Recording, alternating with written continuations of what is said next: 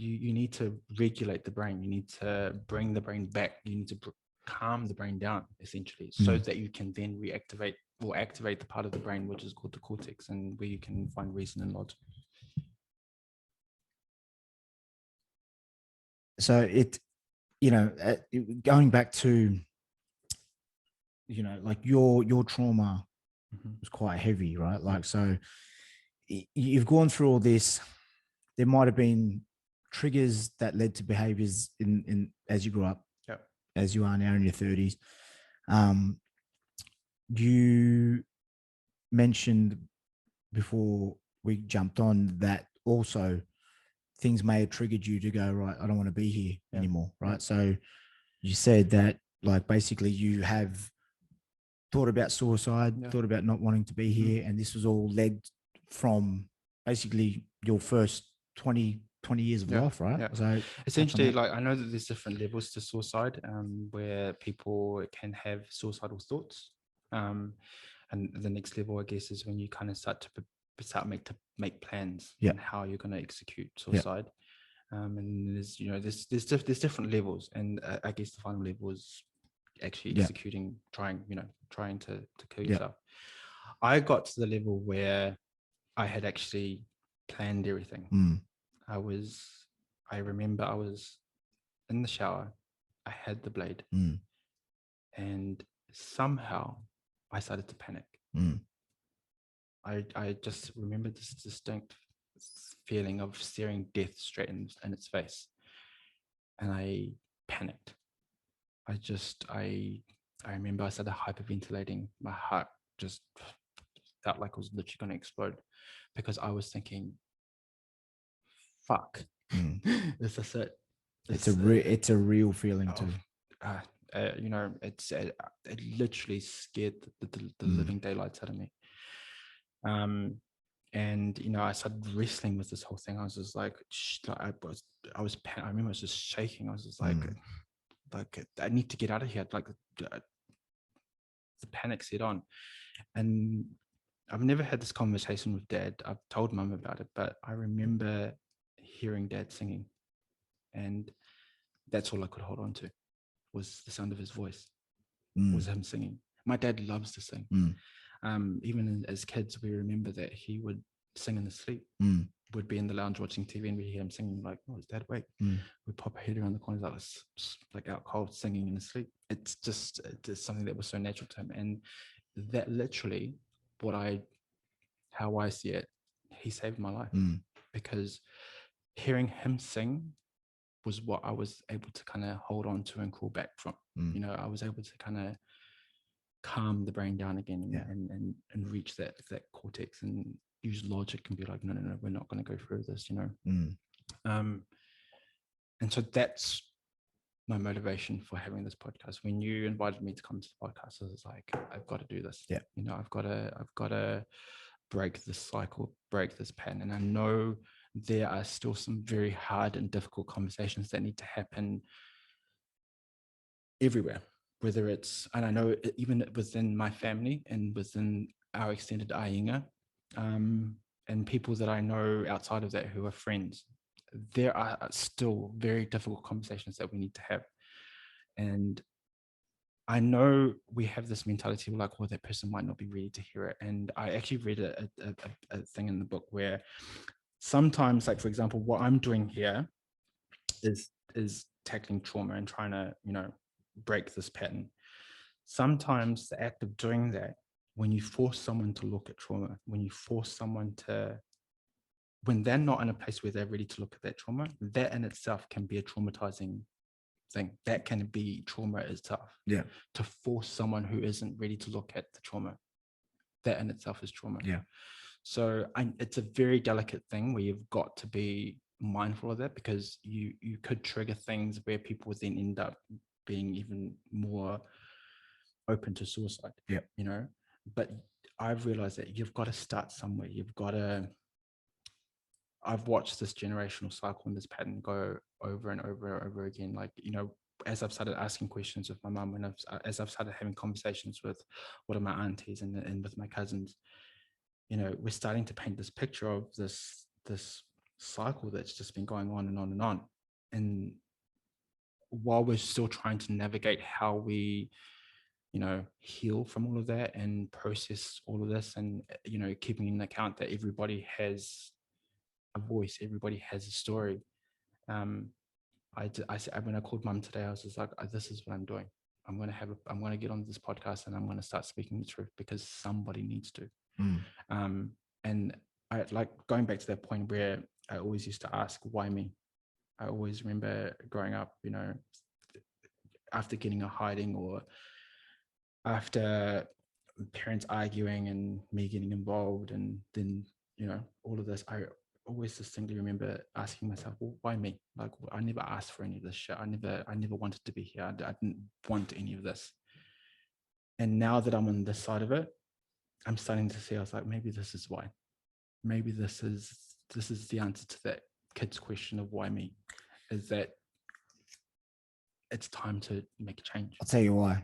I'm not going to tell you why. I don't know, but I'll tell you what I've heard from you so far is that as a child, you were forced to step up. Yeah. You didn't want it. You didn't know it. Yeah. You didn't know that had to be you. And then you turn around and you say, why me? I'm too young to deal with this shit. This is not what I want. Then further down, you get a little bit older. Your pop says, I'm going to nominate you to be the chief of the family. Yeah. Right. So that happens when you get older. And then you come to today and you go, I'm going to be the one to talk about this and break the stigma and break that cycle. Yeah. So you've just answered your own question. Yeah. Like you just said, as a kid, when you asked yourself, why me? Well, this is why two things. I've read, and it might be true, it may not be true, but if you were ever going to take your own life, a calmness sets over you before you do it. It's not panic. Yeah. You never wanted to. Yeah. Because you could have done it. Yeah. You're meant to be here for a reason. Yeah. This is the reason. Yeah. I think at a certain time of our life, there's that switch. Yeah. Your switches happen. Yeah. And it's happening now. Yeah. And I think that this is the reason, bro. Like all of this stuff, in hindsight, you look back one day and go, it all happened for a reason. We know that, right? Yeah. But this, like you said, this is where you're going. You're studying now, psychology. Like the door you've opened for yourself and the opportunities you're making for yourself. This is why. Yeah. 100%. Right. So in 10 years, you're going to look back at this and go, this conversation might have been the start of this new career and new career progression and helping people, bro, because conversation is so powerful at the end of the day. You know what I mean? It's so powerful. And whether it be with the younger generation or the older generation, the older generation guarantee feel the same somewhere in their genetic makeup.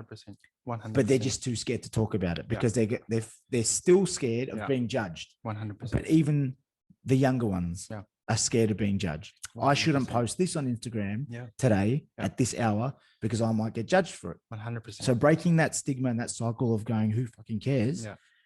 And talking about things at the right time, at the right moment in life needs to happen. And that's what you're here for. So let's go now back into 2018, right? Let's take it back into 2018. So another part of your genetic makeup and your genetic difference for you is you made a big announcement to yourself, not only to yourself, but living your own truth like you have been in 2018. And so what was that? So that was 2017. 2017, I turned 30. Yep. And when I turned 30, I was like, fuck, 30. That's 30 whole years of living this mess, and I was just like, am I going to live the next 30 years of my life like this? And I was like, no, I'm done with that. I cannot keep living this chaos. I cannot keep living in this mess. It's time to start living my truth. I always knew that there was something different about me as a child, even before all of this happened, before the sexual abuse happened.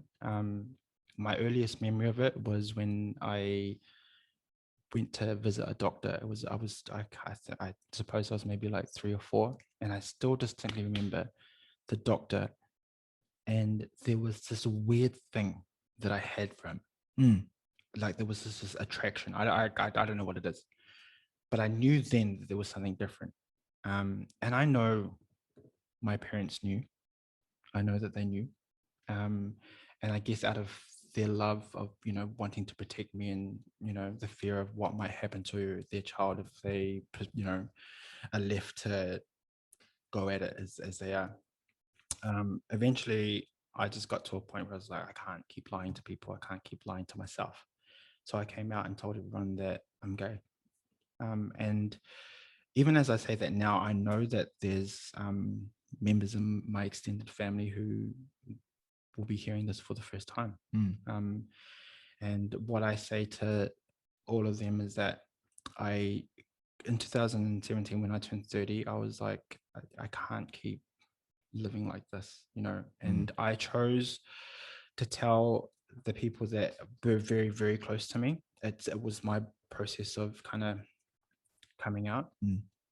I sat down with mum and dad. I told my siblings, and I started telling my close friends, this is who I am.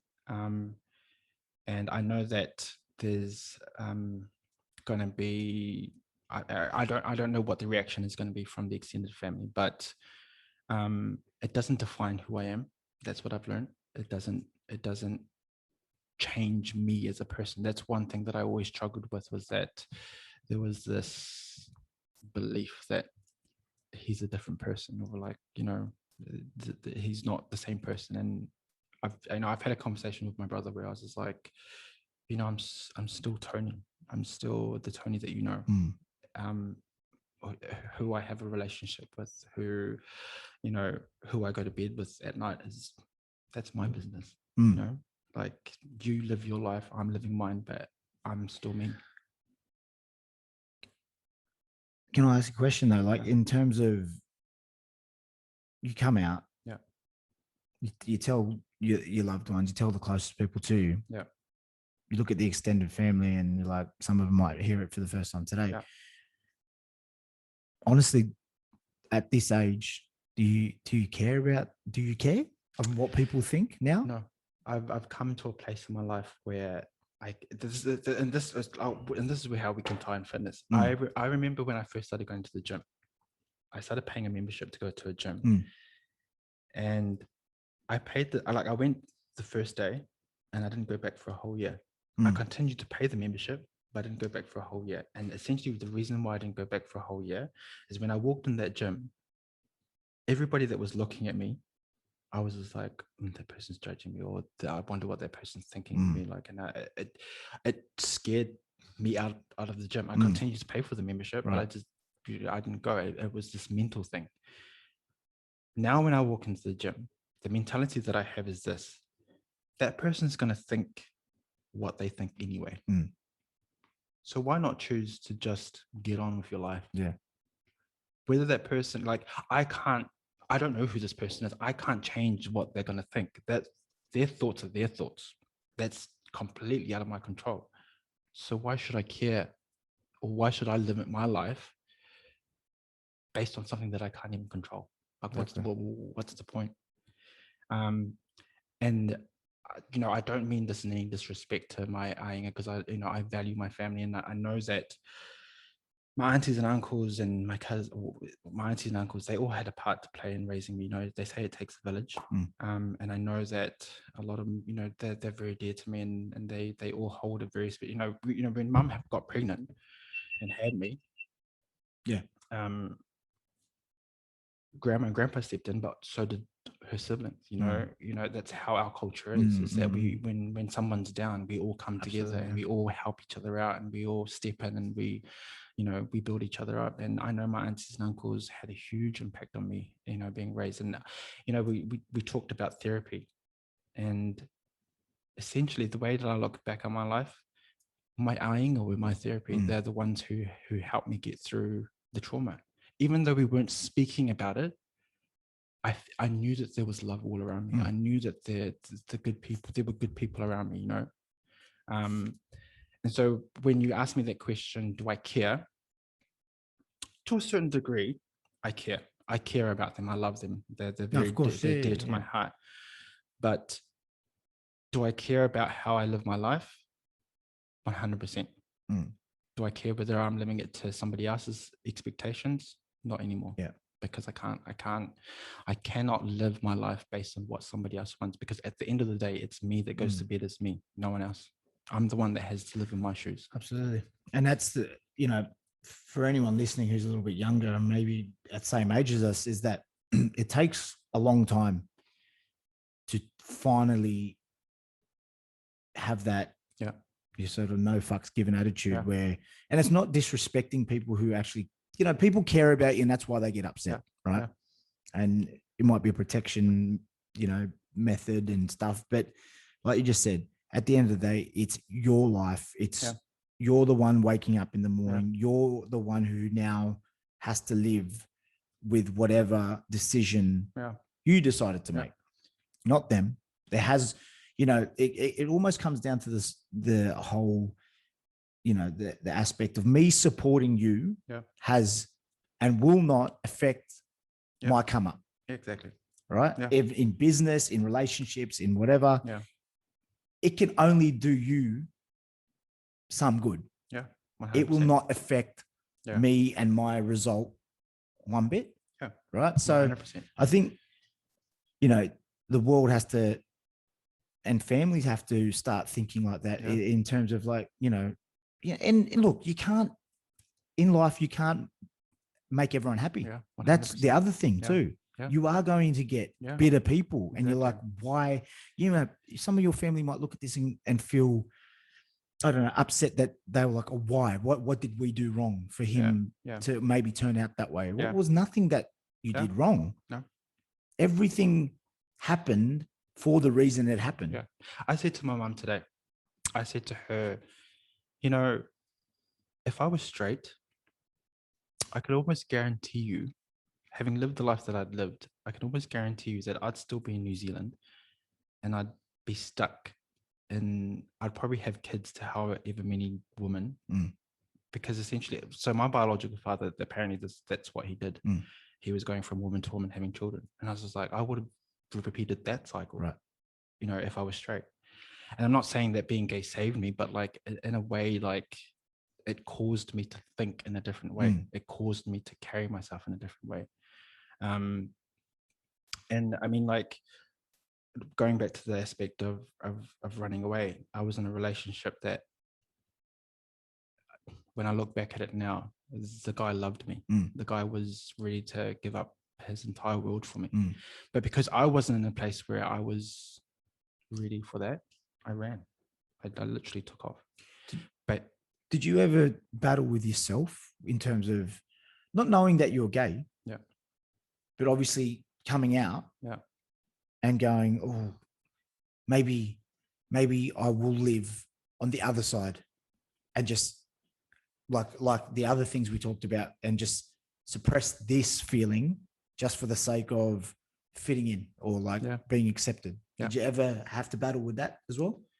Or did you just go, no, well, this is me and that's what I want, sort of attitude until you came out, basically? No, I think, you know, there was a lot of conversations where I had, in New Zealand, I have a small circle of gay friends that I'm very close to. They're people who I consider my best friends because in a time where I literally didn't know what the hell was going on, they were a sense of safety. Safety. They were like an anchor. And I still remember having a conversation with my best friend back home on his balcony where I said to him, I was like, you know, I'm never, ever, ever going to be able to come out. Like, I'm never going to be able to be like you, where you're living your freedom. And I remember him just saying, he's like, you never know. Like, Tony, you know, times are changing, you never know. And I still remember just thinking in my mindset, like, it's not possible. Like, and my ex-partner at the time started talking about settling down, buying a house, the prospects of getting married. And I'm just like, oh mate, I'm sorry. Yeah. I'm out of here. Yeah. Yeah. You know, and I probably shouldn't laugh, but it's just where I was at that time. And he's somebody that I'm doing this for as well. Because I know that I played a very the role that I played in his life. I know that I've hurt people. I know that, and I'm willing to stand up now and be like, I'll put my hand up and be like, yeah, I fucked up. I fucked up some people's lives, and I'm willing to own it because I want to break this cycle. Absolutely. That's how serious I am about it. And like, you've got to, bro, like that. And that's half the reason, that when I checked myself into therapy for that time was I was on that downward scale too. Like in terms of, I was a womanizer, unbelievable. I was a fucking liar. And, it literally had just destroyed lives. Like I cannot tell you. And one thing she told me was that you can't fix those people that you've hurt. Yeah. They'll learn to fix themselves and they'll get better. 100%. The only person you can fix is yourself. Yeah. Accept who you are, accept what you've done. Yeah. And then from there, you move on and you move forward and you start bettering your life. You're not bettering it for somebody else. 100%. You've done what you've done. Yeah. You can't say sorry because sorries won't fix things. But once you become happy within your own self, the next person you meet or the people, whoever you get involved with and whatever happens next, it'll be genuine. Yeah. 100%. And bro, it's literally that. Yeah. Like that telling the truth is so much comfortable now. Saying no to something is just so much more comfortable. Yeah. So like in terms of the whole hurt process, I think as much as it's not good, you don't want to ever hurt someone, right? But people do it. You do it. This is life. Yeah. Unless you learn from it, then you won't change. Exactly. And when you do change, you can only progressively get better and better and better. You know what I mean? And talking about it is the biggest, number one fact is that to own it like you just have, to realize that, these were your faults. Yeah. And this is what I can do better in my life. 100%. And that's progression, bro. That's life progression. And this is another thing. I also think in our cultures, we talk about tapping into your power, and I think it's something that's thrown around and around a lot. Tap into your power, and I couldn't really kind of understand what that kind of meant. So I'll explain how I perceive tapping into your power. So, for example, for me, never ever before in the history of mankind, and never again in the future, will anyone else exist on this planet with the exact same DNA instructions to be you. Like you are literally one of a kind. Yeah. Like nobody else has ever existed before and again and after. Yeah. This is your power. Yeah. And when you learn that that's your power, that you are authentic, that you're literally one of a kind, you start to look at life a little bit different because you realize that you exist in a time where now is my power. Now is, I can make a difference now. This conversation in itself is power. Why is it power? Is because if you are authentic to yourself, if you're someone that has never existed before and never exist again, and I'm also that person, this conversation happening right now has never happened before and never will happen again. Like you and I could sit down in 2 weeks and have another conversation. Yeah. But in 2 weeks' time, we're going to be two different people. We would have grown. We would have evolved. Yeah. We're constantly changing. We've got like after this corridor or this talk, our lives will be different. And if we have this mentality that is our power, you start to carry yourself in a more direct way. You utilize your power. You're like, well, what am I using my time wisely? Like I posted today, time is your only currency. Literally, that's the only thing that you have to offer. And when you look at, how you're living your life, you start questioning, like, if I'm authentic, if I'm someone that's never existed before and will never, live again, is what I'm doing right now powerful? Is it going to impact people's lives? Is it going to impact my life? You know, like, yeah, that's power. And we spoke about this yesterday on that breakfast table, was that, you know, one of the sisters is trying to sort of launch her career and at the moment and whatnot. And a bit of advice I think was coming from both sides of the table was, you need to be in a mindset for the time that you're here, you're making the difference. 100%. Not everybody is built to do this. No. I feel like we all met for a reason. Yeah. We all now in, you know, moving different ways, on different paths. Yeah. But that same table, that everyone on that table yesterday had a root cause, and that was to make a difference, whether it be in their life or for the people around them. Exactly. And that's the biggest thing. Like, we left the safety and the comforts of what we knew, which was back home, and ventured out in the big bad world on our own. Yeah. If I asked you 20 years ago, do you think, like you already said it, the furthest you thought you'd go was either Pacific or Australia? Yeah. I was the same. I'll never leave home. You know what I mean? Yeah. You know, 15, 16 years later, we're here and we're on this table. We're having these conversations, but at the same time, it's not just for now. Yeah. It's not a subject. This is something we're grown into. People 100%. won't understand that. Yeah. People will look at that and go, why are those two guys having this conversation? Who the fuck do they think they are talking about? Like, what do they know?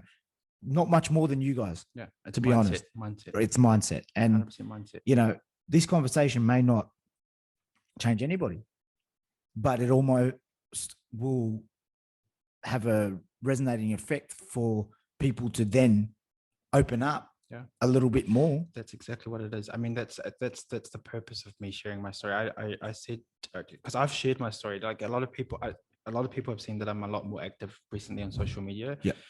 That was me stepping out of my comfort zone, because I if I'm going to be brutally honest, I hate social media. Like, I don't like spending a lot of time on it. And I realized that this is actually I don't have a huge following, and that's not what it's about.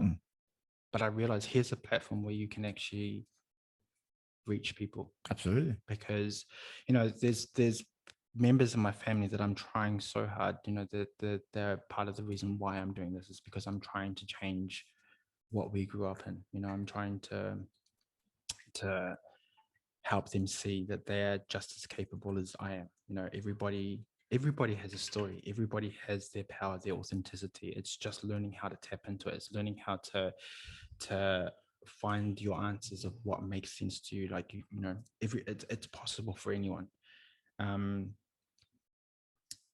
And so essentially what I'm trying to get at from that angle is that social media is what people, you know, are living off. They're literally just, you know, like, you wake up. Absolutely. Yeah. Social media. And so that's why I've branched out into social media. And it's a lot of, you know, the most interesting thing that happened is that when I started posting up on social media about mental health, about 95% of the response was, Tony, are you okay? What's up? Do you need to talk to someone? You know, which is, I found very interesting. And that's because a lot of people didn't know the story, didn't know who they don't know who I am. Like, we're disconnected. Whereas a lot of people who have journeyed with this, like with me through all of this, you know, back in New Zealand, and they know, I started talking about this kind of stuff back when I was, I think, 15. Okay. I like the sexual abuse stuff. I brought that up. I was just like, hey, I was sexually abused. But again, the way that was dealt with was, God has forgiven it. Yeah. Hit it on the head, move on. Let it go. And I learned that doesn't actually work. You know, you've actually got to sit down and create these safe spaces where people feel safe. Yeah. You know, when I look back at the whole thing,